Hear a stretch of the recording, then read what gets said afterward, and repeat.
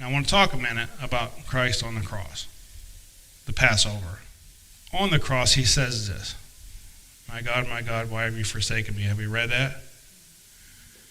Do you know where that shows up first? In Psalm 22. Jesus is quoting this on the cross. My God, why have you forsaken me? Why are you so far from helping me and from the words of my groaning?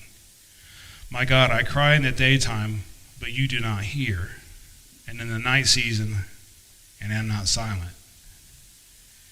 But you are holy, enthroned in the praises of Israel. Our father trusted you. They trusted, and you delivered them. They cried, and you were delivered. They trusted you, and were not ashamed. But I am a worm, and no man, a reproach of men, and despised by all people. Now we can see that this is Christ, right? And go home and read the entire thing of Psalm 22. It's powerful. We're going to come back to it, but I want to stop for a minute and talk about this worm thing. Why did he call himself a worm? Most teachings think because he set himself lower than man. That's true to an aspect, but all animals are below men. Right? Man is given dominion over the earth, so he could have called himself a rabbit, and that would have been below man. But he picked a worm. This is the original Hebrew. The word worm right there is tola'at. It's in the Strong's. That's 8438. That's the word that was used there. That's not the traditional word for worm, like a maggot type worm. This is a specific type of worm. And right here, it means crimson, purple, or worm. It is also used in Exodus when the people gathered too much manna and it developed worms. It was this worm, a specific one. God didn't want them gathering too much manna. He wanted them to trust him. So I'm going to send a worm to destroy all the overstock that you got. And it's going to be that worm. So what does this mean? That is the crimson worm, or the coccus ilcus, the coccus worm. I'm going to talk a minute about this, because he referred to himself as this particular worm. This is a picture of it. This is a picture of it in its cocoon stage. Okay? Sticks on the branches there. Here's some more pictures. They're really tiny. They almost look like some kind of sea animal, but these are all these coccus worms. Now what they do in Israel, they harvest these. Does anybody knows when they harvest snails to get the blue color for the threads? They used to take snails out of water, and if you opened them up in the daylight, it would give you either a purple or a blue dye, and they would use that for their robes. These they would harvest to get a crimson color. So this is actually going on right now in Israel. This is a guy who sticks one of these worms right there in boiling water, and it ultimately starts turning red. Okay? Now we're going to go through this and pay attention, because understand who Christ is, what he did for us, what he said to us, what he said at the Last Supper, and think about this. The Hebrew word for worm is ramah, which means maggot. But the Hebrew word Jesus used for worm was tola'ath, which means crimson or scarlet worm. When it is time for the crimson worm to reproduce, which it only does one time in its life, it finds the trunk of a tree or a wooden fence post or a stick. It then attaches its body to the wood and makes a hard crimson shell. It is so strongly and permanently stuck to the wood that the shell cannot be removed without tearing its body completely apart or killing it. You can already see where this is going, right? The crimson worm lays its eggs under its body as a protective shell. When the larvae hatch, they stay under the shell. The mother's body gives protection for her babies and also provides them with food, which is her own living body. And what does Christ say? Take and eat.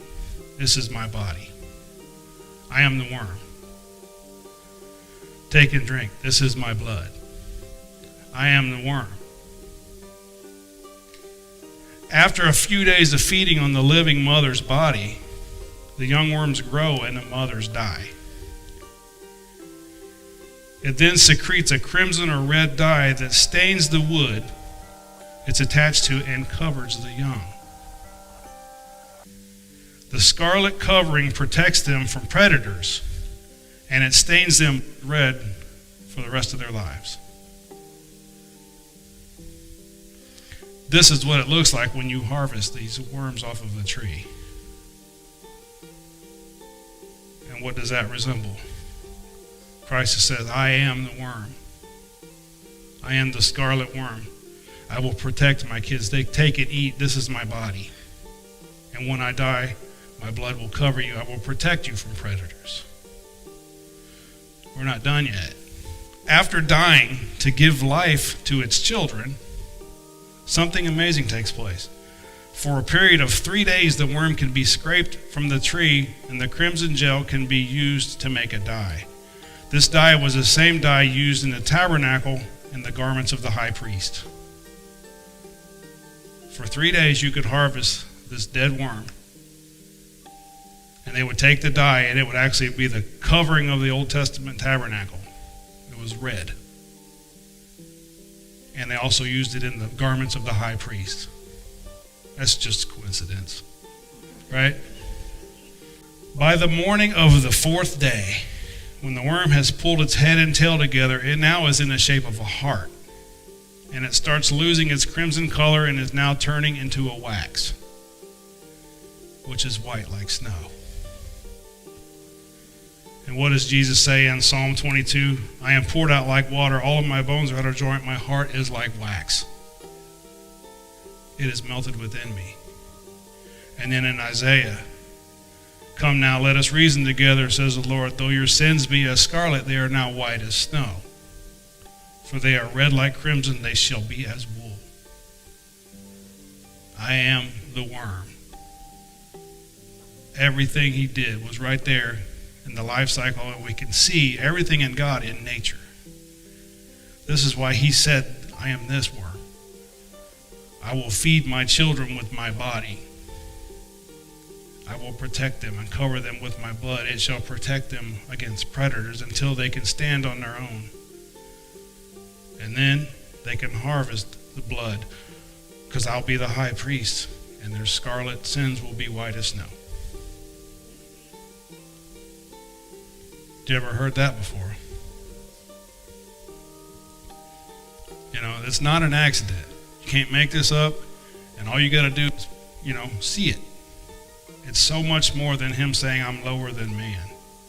He was giving you an example, a physical example, and they would have known that because this worm grows in the Middle East. It grows in Israel. They're harvesting it now. Those pictures I showed you of them mixing it in the water, that's from the Temple Institute. Now, these Jews don't believe that Christ is the Messiah. They're trying to build the third temple. They're making the garments for the high priest. They're harvesting this worm because they know this worm, if we gather it within 3 days after its death, we can color our high priest robe red. This is Jews doing this today. God knew. He hides himself in plain sight. In nature, we just got to see it. Right? So, we can stop there, but we ain't done yet. Right?